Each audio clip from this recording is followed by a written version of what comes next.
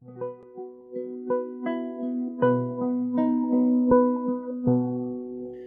invito a que podamos estar estudiando la palabra del Señor en Primera de Juan, capítulo 2, versículos 15 al 17 vamos a estar viendo. Repito, capítulo 2 de Primera de Juan, versículo 15 al 17.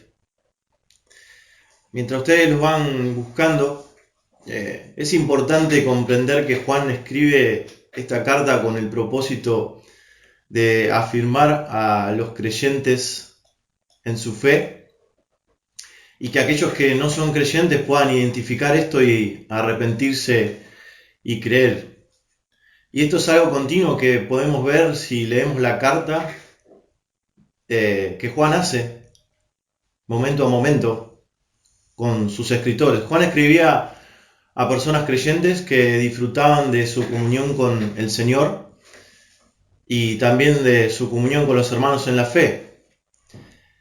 Pero Juan, como buen pastor, pudo identificar algo que podía afectar ambas cosas, tanto la relación personal con Dios como la comunión con los hermanos. Y ese grave peligro es el amor al mundo.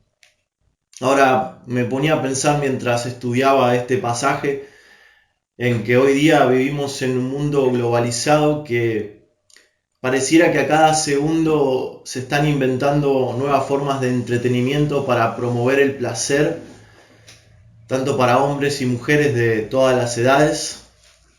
Podemos ver también en las redes sociales cómo se exhibe la vanagloria de aquellos que publican buscando la aprobación y los aplausos de los seguidores.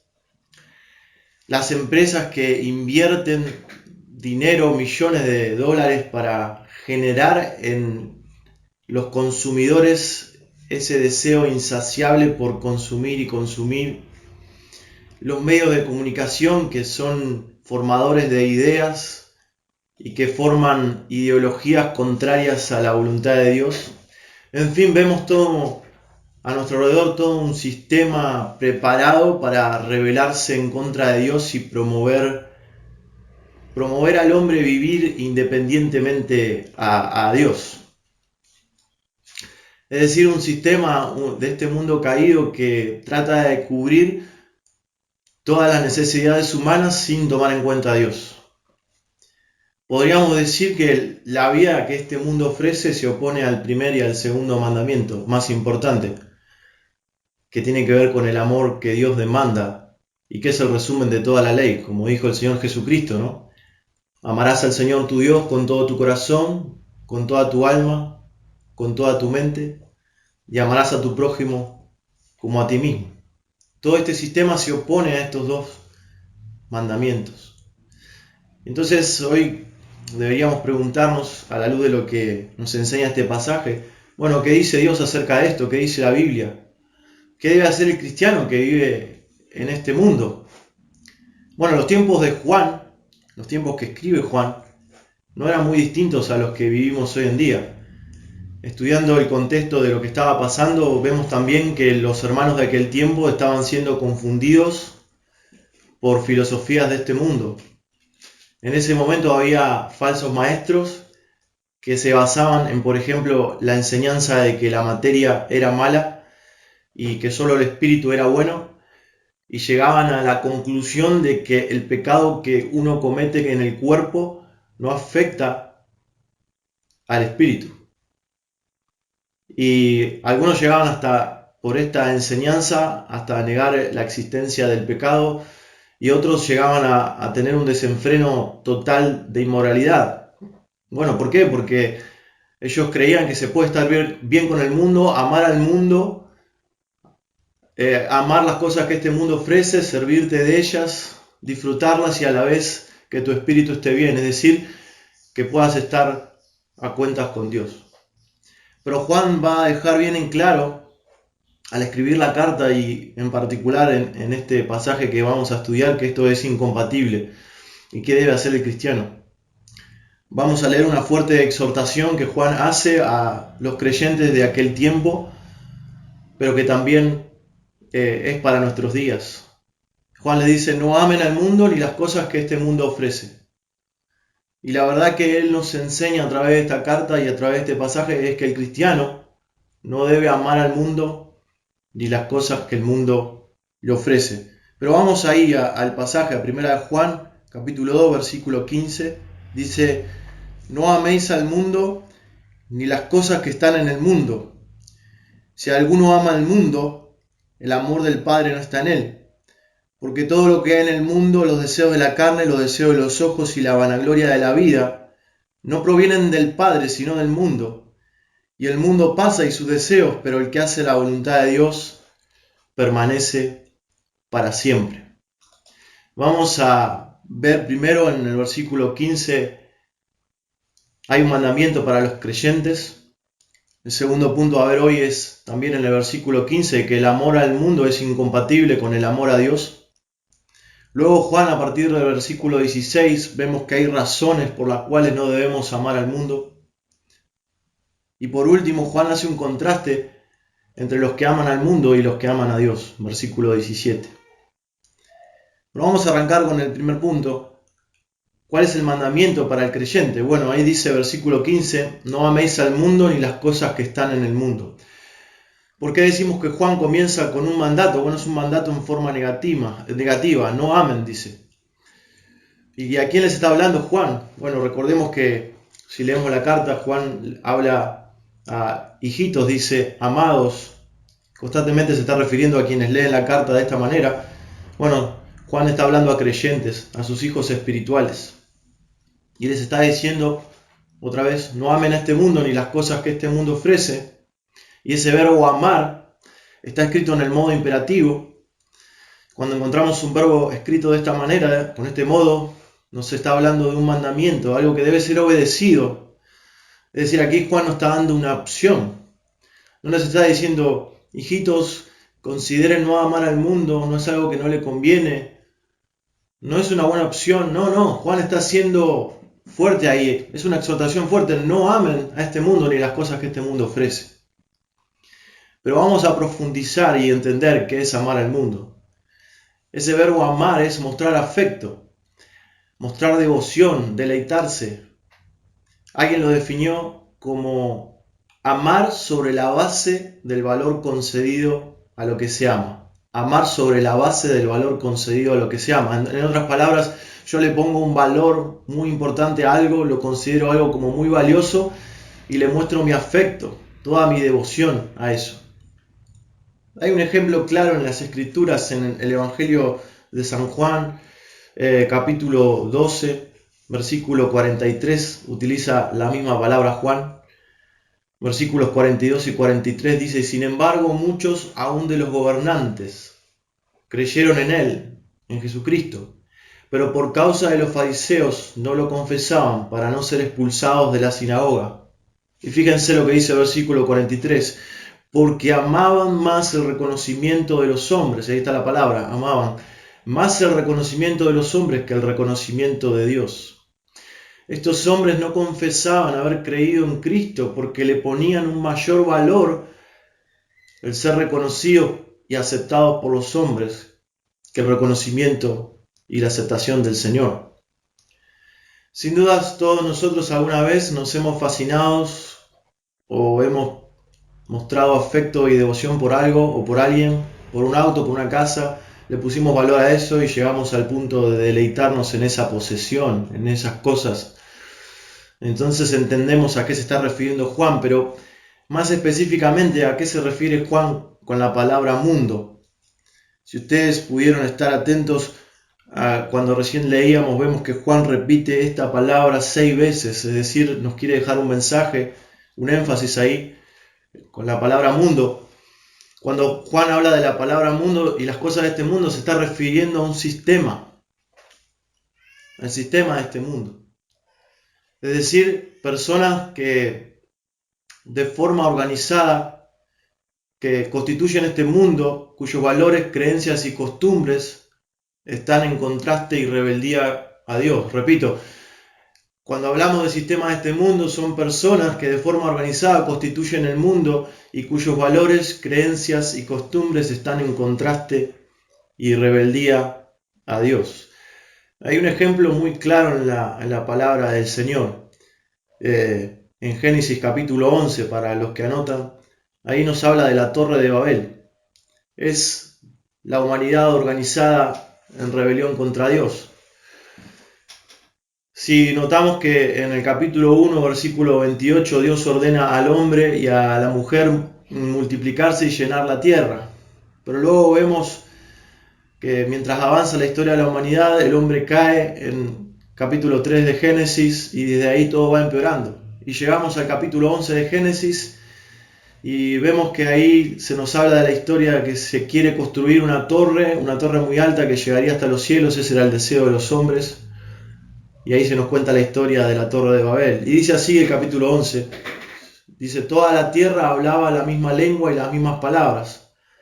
Versículo 1. Y aconteció que según iban hacia el oriente, hallaron una llanura en la tierra de Sinar, y se establecieron allí. Y se dijeron unos a otros, vamos, fabriquemos ladrillos, cosámoslos bien. Y usaron el ladrillo en lugar de piedra y asfalto en lugar de mezcla.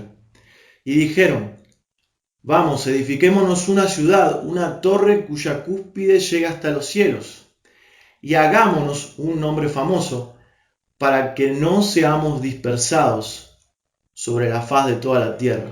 Bueno, y después, si seguimos leyendo, vemos el juicio de Dios sobre la humanidad. El Señor baja, ve lo que estaba pasando y confunde sus lenguas. Pero no era novedad que el hombre una vez más estuviera desobedeciendo a Dios. Ahí no era esa la novedad. La novedad era que por primera vez en la historia de la humanidad, el hombre se organizaba para rebelarse contra Dios. Es un claro ejemplo del sistema del mundo.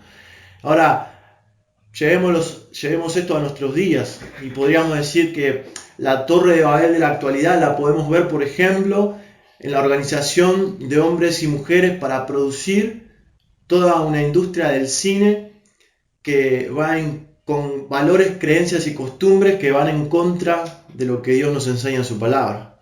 La Torre de Babel de la actualidad la podemos ver también en toda una organización de hombres y mujeres, de gobiernos, para crear la ideología de género que es contraria al orden original que Dios ha dado para la familia. La Torre de Babel de la actualidad la podemos ver también en cómo se ofrece el sexo libre mediante el celular, la tablet, todo lo que tenemos a nuestra mano. También, como les comentaba anteriormente, esto del consumismo, el consumo innecesario, el acumular bienes y bienes sin sentido. Para resumir, Juan nos dice, no amen a este sistema mundano ni las cosas que este sistema ofrece. Ahora, también es importante entenderlo a qué nos se refiere Juan. Y un autor llamado Marshall dejó esta frase que creo que lo clarifica muy bien. Cuando Juan habla del mundo aquí, tiene en mente la fuente de oposición a Dios y la tentación al pecado. No está pensando en el universo material y lo que contiene como tal. Tampoco tiene en mente a los habitantes del mundo como habitantes. No hay sugerencia de que el cristiano debe odiar al mundo material o a sus habitantes, o que debe abstenerse del contacto con ellos.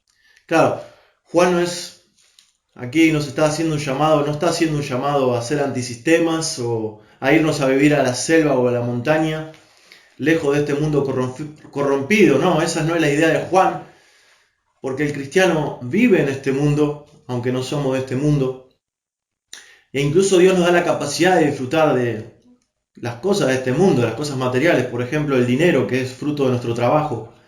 Podemos disfrutarlo también, eso está en las Escrituras, en Eclesiastés, Dios nos da esa capacidad. Pero el cristiano no debe amar al sistema organizado que se rebela contra Dios. Pero fíjense ahí en el versículo 15 que también nos habla de las cosas que están en el mundo. ¿Y a qué se está refiriendo Juan con las cosas? Bueno, en el versículo 16 ahí Juan profundiza en lo que se refiere y me gustaría que podamos verlo juntos. En el versículo 16 Juan dice, porque todo lo que hay en el mundo, los deseos de la carne. Primero habla de los deseos de la carne o la pasión de la carne, como dice la Biblia en las Américas. Son esos malos deseos del cuerpo, deseos de placer físico. Es todo aquello, para que se pueda entender mejor, que busca satisfacer los deseos descontrolados de nuestra naturaleza pecaminosa. Por ejemplo, el sexo fuera del matrimonio. Si ustedes observan detenidamente, hay todo un sistema que promueve por medios de comunicación, a través de las series, las películas, nos incita a satisfacer estos deseos. ¿Y cómo lo hace? Bueno, mostrando, por ejemplo, al adulterio como algo normal, algo bueno. El sexo antes de casarse como algo súper atractivo y necesario. El transgredir el orden de Dios, el orden heterosexual del matrimonio, disfrazando hoy de inclusión aceptando la homosexualidad y todas sus formas y perversiones. Bueno, esa sería la pasión de la carne, un ejemplo, ¿no? Entre muchos otros. Después Juan dice aquí en el versículo 16, habla de los deseos de los ojos, o la pasión de los ojos. Otra de las cosas que este mundo ofrece es la codicia del ojo, es ese deseo insaciable por todo lo que vemos. Por ejemplo, vemos a nuestro vecino que sale con un super auto y decimos, wow, cómo quisiera tener ese auto, está impecable, 0 kilómetros. También si nos detenemos a mirar a nuestro alrededor, tenemos todo un sistema organizado que nos hace desear todo lo que vemos de una manera insaciable. Siempre queremos tener más y más de lo que ya poseemos. Tenemos un buen auto, pero si tuviéramos esa camioneta, no sabes los viajes que nos haríamos. Recorreríamos toda la Argentina. Queremos tener un buen celular, pero si tuviéramos el último iPhone, seguramente viviríamos mejor. Pensamos en nuestra mente. Vivimos hoy en día en lo que se llama la sociedad de consumo, donde vivir es consumir. Leía una nota en el internet y me impactó lo que dice este artículo. Dice, el modelo de bienestar de la sociedad actual se basa en la posesión y acumulación de bienes, lo cual sirve de justificación para que prolifere o que aumente el consumismo entre las personas. Necesitamos lo que compramos en la medida en que nos autoconvencemos o nos convencen de que el producto en cuestión nos ayuda a ser más felices y a vivir mejor. Bueno, esto sin duda es lo que Juan habla aquí, de los deseos de los ojos. También Juan ahí habla de la vanagloria de la vida, o la arrogancia de la vida, el orgullo de nuestros logros y posesiones, el orgullo de poseer muchas riquezas. Hay un ejemplo que recién lo mencionábamos en las Escrituras. ¿Se acuerdan cuál era el deseo de los hombres al construir la Torre de Babel? En el versículo 4 ellos dijeron, vamos, edifiquemos una ciudad y una torre cuya cúspide llega hasta los cielos. Y fíjense, noten esto, y hagamos un nombre famoso. Es decir, hagamos algo por lo cual seamos reconocidos. Algo por lo cual nos aplauden, algo por lo cual nuestros nombres trasciendan, algo por lo cual podamos sentirnos orgullosos. Y hoy en día yo esto me ponía a pensar dónde lo vemos, y sin duda las redes sociales. El Instagram, Facebook, TikTok ahora está de moda para los adolescentes, pero también para las personas grandes, ¿no? Hemos visto muchos famosos que, bueno, lo que buscan todos es acumular la mayor cantidad de me gustas, fijarse a ver cuántas personas vieron mi video y les gusta. Bueno, esto alimenta sin duda el orgullo o lo que dice Juan acá, la vanagloria de la vida. Bueno, esto es lo que Juan está hablando aquí. En resumen, son estos 3 puntos o estas 3 cosas de las que Juan habla en el versículo 15 como las cosas que este mundo ofrece. Ahora, ya comprendiendo el mandamiento que Juan le da a los cristianos, a los creyentes, y de qué se trata el mundo y las cosas de este mundo, surge la pregunta ya para nuestra aplicación a nuestra vida es, ¿estás enamorado de este mundo? ¿Disfrutás de lo que el mundo te ofrece? ¿Estás dando lugar en tu vida a las cosas que se oponen a Dios y te conducen al pecado? Bueno, Juan nos va a mostrar también, y ya pasando al segundo punto, en el versículo 15, de que el amor al mundo es incompatible con el amor a Dios. Dice ahí, si alguno ama al mundo, el amor del Padre no está en él. Este mismo autor, Marshall, dice, el mandamiento de Juan se basa en el hecho de que el amor al mundo y el amor al Padre son incompatibles. Una vez más, Juan, como lo hace durante toda la carta, busca que los lectores piensen. Juan está buscando, su propósito es que ellos examinen su fe. Si la fe que profesan concuerda con el andar, en la manera en cómo vivimos. Y fíjense que Juan usa ahí un condicional.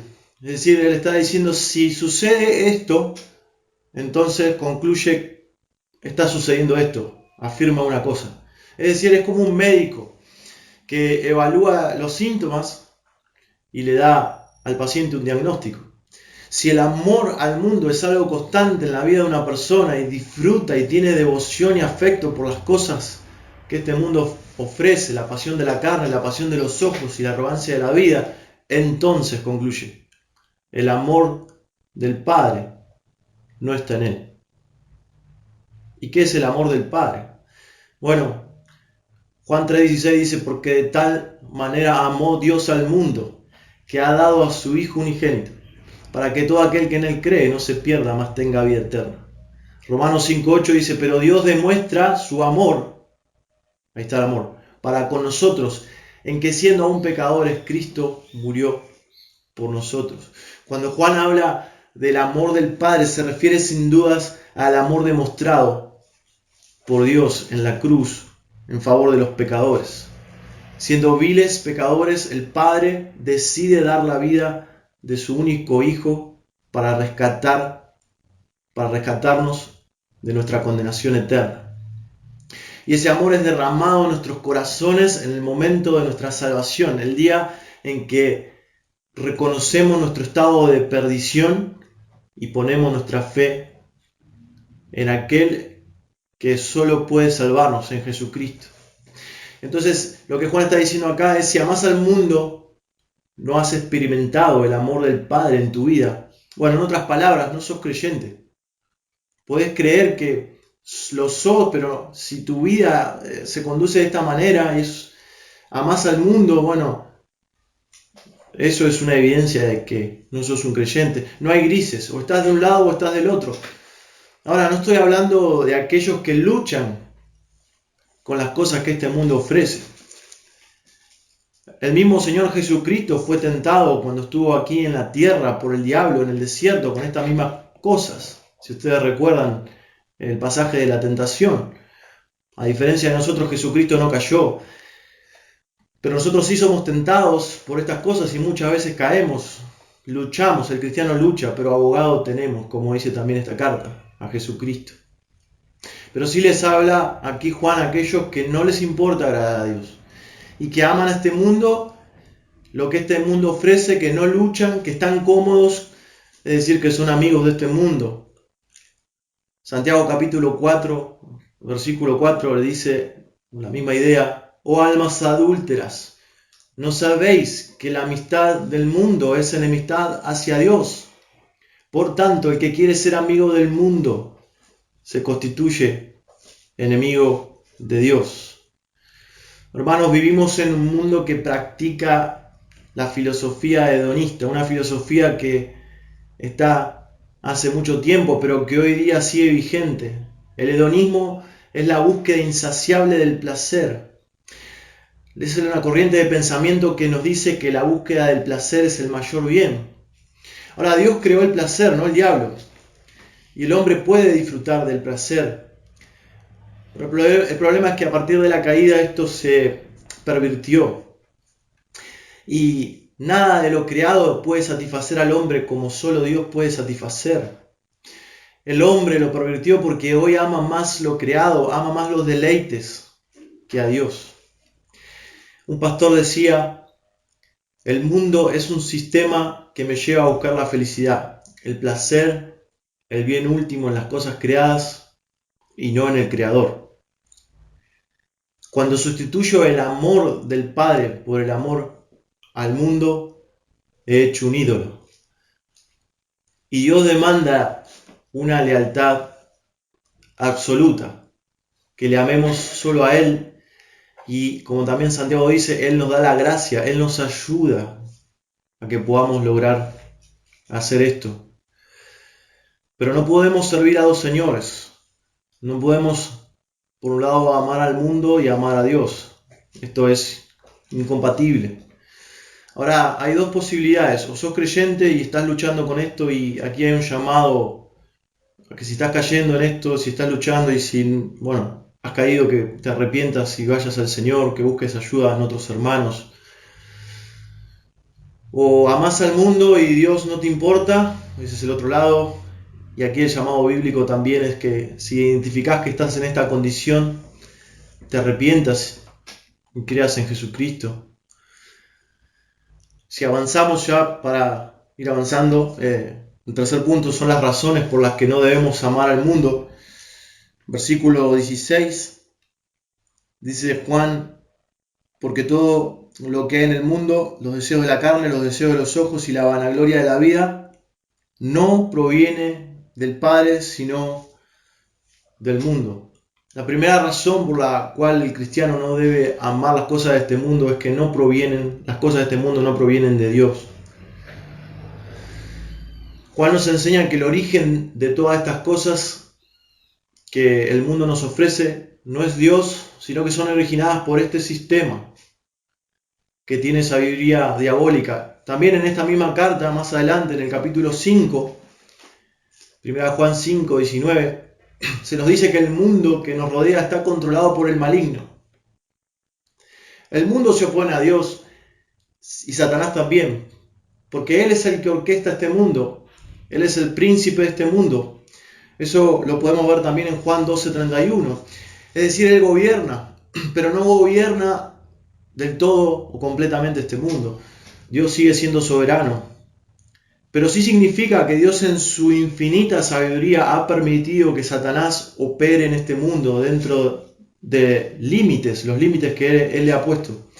Cuando la Biblia dice que Satanás tiene poder sobre este mundo, debemos recordar que Dios le ha dado dominio solo sobre los incrédulos. Los creyentes ya no están bajo el imperio de Satanás, Colosenses 1:13. Por otro lado, los incrédulos están cautivos en el lazo del diablo. 2 Timoteo 2:26 dice esto. Están bajo el maligno. 1 Juan 5:19. Y están en la esclavitud a Satanás. Efesios 2:2. Y el método engañoso de Satanás incluye promover filosofías falsas en este mundo, como las de en los tiempos de Juan y las que estuvimos hablando recién. Filosofías que ciegan al incrédulo a la verdad del Evangelio. Filosofías que son fortalezas que encarcelan a la gente, y sin dudas ellos necesitan ser libertados por Cristo. Satanás establece la agenda y el mundo incrédulo le sigue, y la humanidad sigue siendo engañada. No es de sorprendernos que la Biblia identifique a Satanás como el mentiroso en Juan 8:44. La pasión de la carne, la pasión de los ojos y la arrogancia de la vida, entonces, no son originadas por Dios, sino por este mundo que el diablo maneja.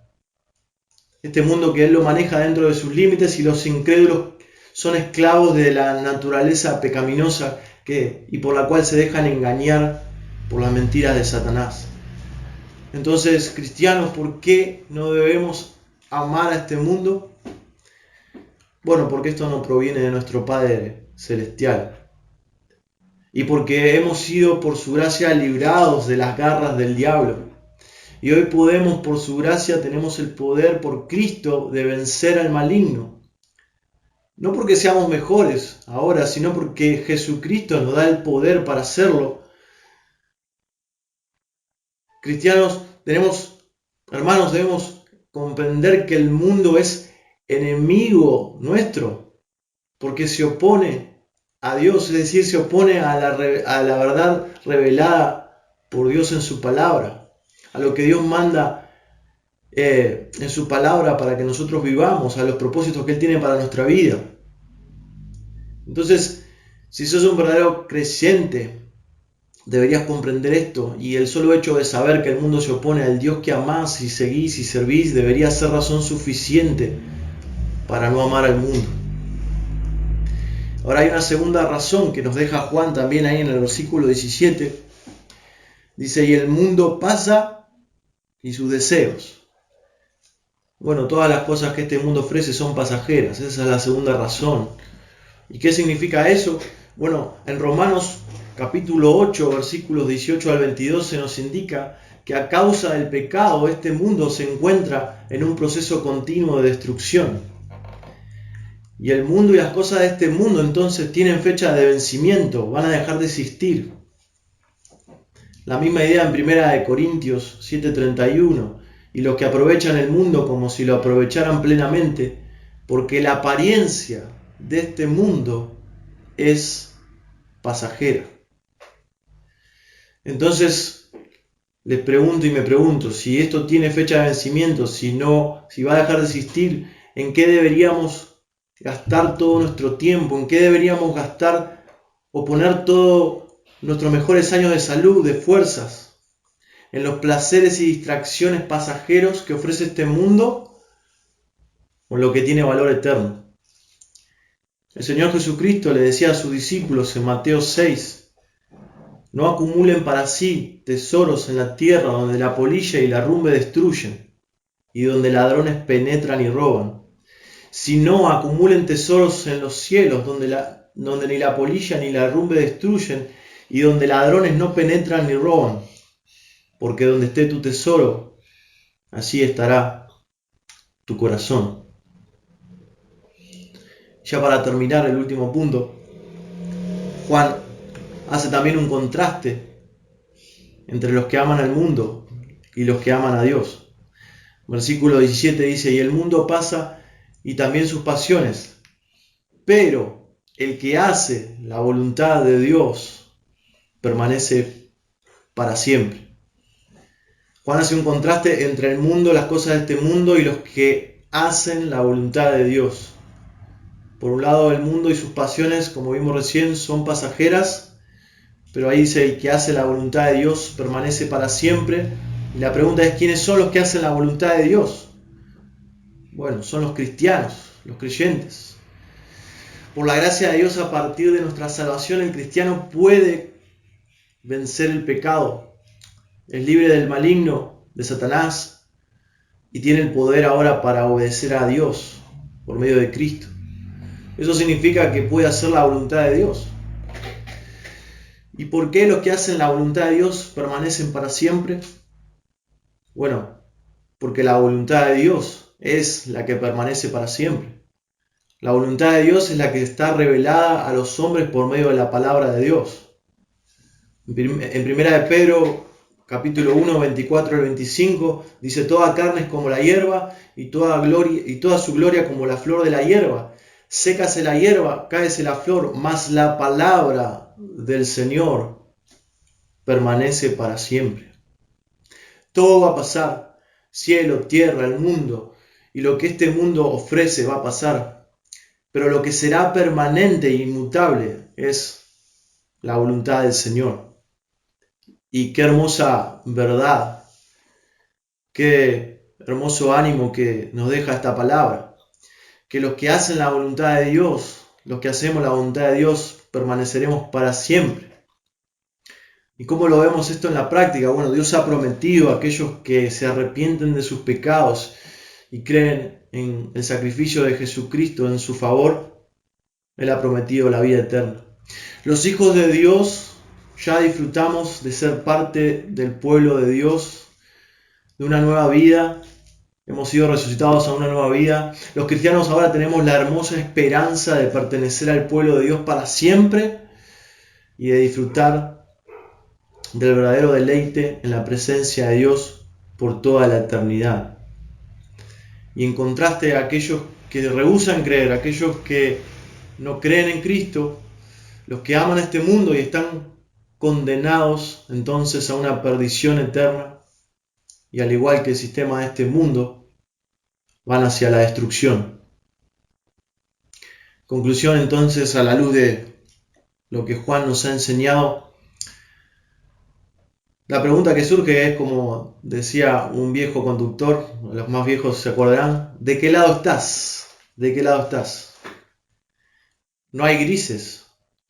¿Amás este mundo, lo que este mundo te ofrece, o amás a Dios y querés hacer su voluntad? Aunque fallás, luchás, y cuando caes, volvés a Dios y confesás tu pecado, pero estás de un lado o estás del otro. A los cristianos, el Señor, a través de lo que Juan ha escrito, nos ha dejado una exhortación de no amar este mundo ni las cosas que este mundo ofrece. Y eso significa que no solo debemos rechazar las filosofías de este mundo, no solo debe ser algo intelectual, sino que debemos rechazar también lo que el mundo hace y no hacerlo nosotros, porque va en total desobediencia y oposición a nuestro Señor. Ahora, debemos pedir al Señor que Él nos ayude, ¿no? Nosotros en nuestra fuerza no podemos hacerlo.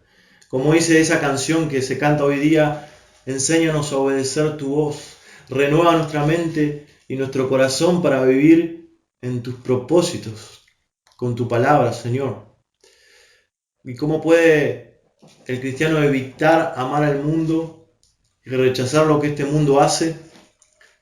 Bueno, en Romanos capítulo 12, del 1 al 2, se nos deja también ahí una enseñanza, quizá una manera práctica del cristiano puede rechazar lo que este mundo ofrece, renovar su mente. Dice, a mí me gusta como lo escribe la Nueva Traducción Viviente, se los comparto, dice: por lo tanto, amados hermanos, les ruego que entreguen su cuerpo a Dios por todo lo que Él ha hecho a favor de ustedes, que sea un sacrificio vivo y santo, la clase de sacrificio que a Él le agrada. Esa es la verdadera forma de adorarlo. No imiten las conductas ni las costumbres de este mundo, más bien dejen que Dios los transforme en personas nuevas al cambiarles la manera de pensar. Entonces aprenderán a conocer la voluntad de Dios para ustedes, la cual es buena, agradable y perfecta. Que el Señor pueda renovar nuestro entendimiento. Es algo que hace el Señor en nuestra vida, pero nosotros debemos exponernos a su palabra, al consejo de otro hermano, para poder también renovar nuestro entendimiento. Mi anhelo y el anhelo seguramente de Juan al escribir esta carta es que podamos alcanzar buen testimonio, como Moisés, por ejemplo. En Hebreos se nos habla de Moisés diciendo: por la fe Moisés, hecho ya grande, rehusó llamarse hijo de la hija del faraón, escogiendo antes ser maltratado con el pueblo de Dios que gozar de los deleites temporales del pecado, teniendo por mayores riquezas el vituperio de Cristo que los tesoros de los egipcios, porque tenía puesta la mirada en el galardón. Por la fe dejó Egipto, no temiendo la ira del rey, porque se sostuvo como viendo al invisible. ¿Dónde está puesta tu mirada? ¿En las cosas eternas o en los tesoros pasajeros de este mundo? ¿En el Señor o en las cosas que este mundo te ofrece? Ahí está la diferencia. Y ahora quiero hablarles al otro lado, a los que aman este mundo. Si hubiera alguien que está identificando, que está de este lado, quiero decirles, a aquellos que están perdidos, que el Dios de este mundo, Satanás, les ha cegado, que les está engañando por medio de este sistema del mundo. Pero hoy puede ser el día en el que pueda ser librado de la esclavitud del pecado. Hoy puede ser el día de salvación. Pero para eso es necesario que sepas que en tu fuerza y por medio de tus obras te es imposible ser verdaderamente libre.